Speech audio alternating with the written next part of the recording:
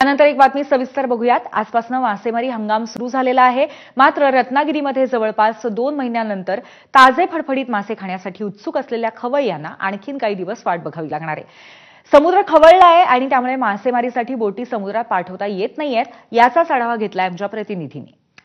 पावसाळ्यातला 2 महिन्यांचा कालावधी म्हणजेच जून आणि जुलैमध्ये मासेमारी पूर्णतः बंद असते आणि त्यामुळे ताजे फडफडीत मासे मिळत नाहीत। पण साधारणपणे 1 ऑगस्ट पासून मासेमारी पुन्हा सुरू होते। अर्थात पारंपरिक मच्छीमार किंवा मासेमारी जे आहे ते पुन्हा सुरू होते आणि त्यानंतर ताजे फडफडीत मासे पुन्हा एकदा मिळायला सुरुवात होतात।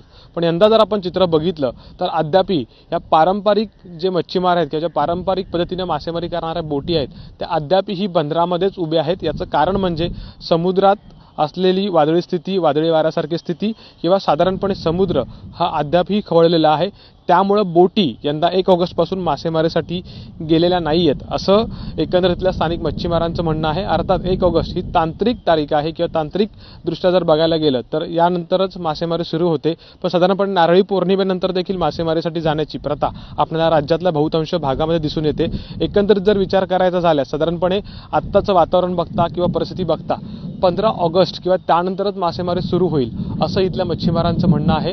त्यामुळे खवय्यांना आणखीन 15 दिवस ताजे फडफडीत मासे मिळण्यासाठी वाट पाहावी लागणार आहे। तर 1 सप्टेंबर पासून ही पर्सेसिन जे मच्छीमार आहेत किंवा पर्सेसिन मासेमारी आहे ती सुरू होईल। कॅमेरामॅन मेहबूब शेखसह अमोल मोरे, एबीपी माझा, मिरकरवाडा, रत्नागिरी।